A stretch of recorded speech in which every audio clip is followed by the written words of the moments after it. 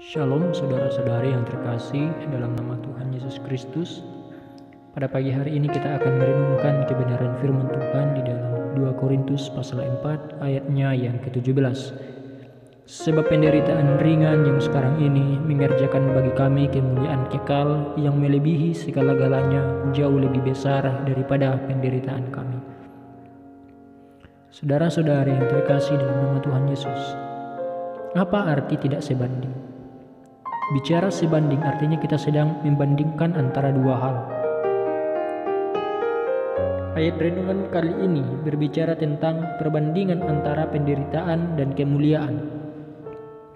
Penderitaan dalam hidup ini, apapun jenisnya menurut Paulus adalah penderitaan ringan.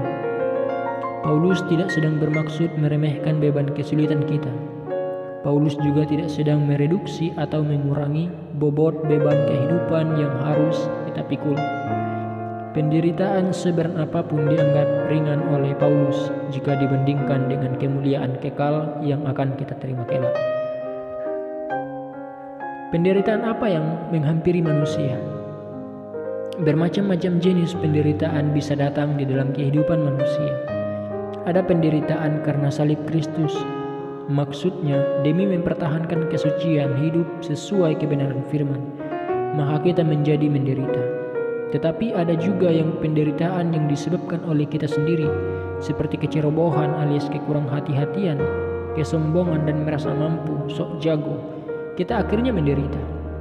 Penderitaan juga bisa menimpa kita karena Tuhan mengizinkan itu terjadi, seperti jalan hidup Ayub berikut ini.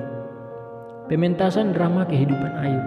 Jika kita memperhatikan penderitaan yang harus dialami oleh Ayub, maka kita bisa menyimpulkan bukan karena kesalahan Ayub, bukan juga karena kecerobohan Ayub, apalagi karena keangkuhan Ayub. Sama sekali tidak. Tuhan izinkan Ayub berjalan dalam lorong gelap, penuh dengan penderitaan dan air mata, semata-mata karena Tuhan ingin menguji kesetiaan Ayub. Kesetiaan Ayub yang diragukan oleh iblis. Tuhan tahu betul bahwa Ayub adalah manusia yang sepenuhnya taat kepadanya. Tuhan ingin membuktikan bahwa iblis salah menduga tentang kesetiaan Ayub.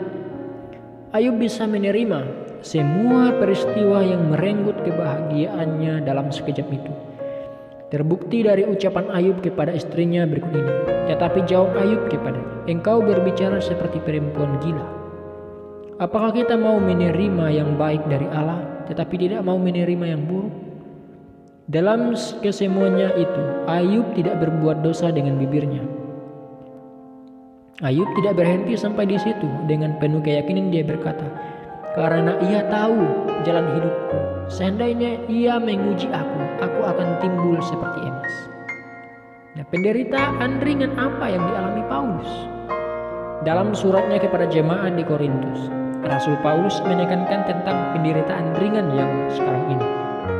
Penderitaan seperti apakah yang pernah dialami oleh Rasul Paulus?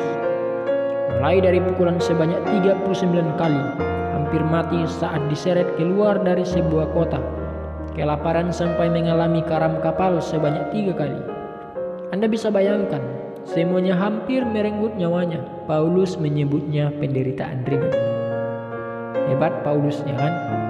Itulah kehebatan Paulus, saudara.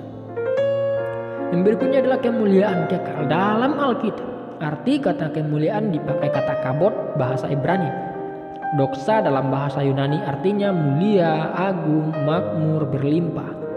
Anda bisa bayangkan sekarang artinya kemuliaan kekal. Anda akan memasuki kehidupan yang mulia, agung, makmur, dan yang berlimpah. Dan itu semua berlangsung dalam kekekalan selama-lamanya. Tidak akan pernah habis, abadi.